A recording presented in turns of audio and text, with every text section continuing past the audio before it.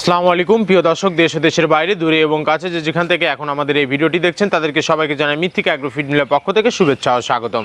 দেশ সেরা মৃত্তিকা অ্যাগ্রোফিড পাচ্ছেন পাবনা জেলা ভাঙ্গুড়া থানা আমাদের এই মৃত্তিকা অ্যাগ্রোফিড মিল থেকে।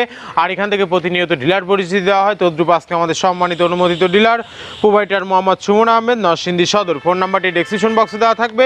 যারা নরসিংদী সদর জনের আশেপাশে আছেন তারা আমাদের সম্মানিত ডিলার সুমন ভাইয়ের সাথে যোগাযোগ করলে মৃত্তিকা অ্যাগ্রোফিডের 30 সাইডে মিশ্র দানাদার খাবারটি আপনার খামারে আপনি যুক্ত করে গাভী গরু এবং ষাঁড় গরুকে খাওয়াতে পারবেন। এই খাবারের ভিতর কোনো প্রকার কেমিক্যাল ব্যবহার করা হয় না।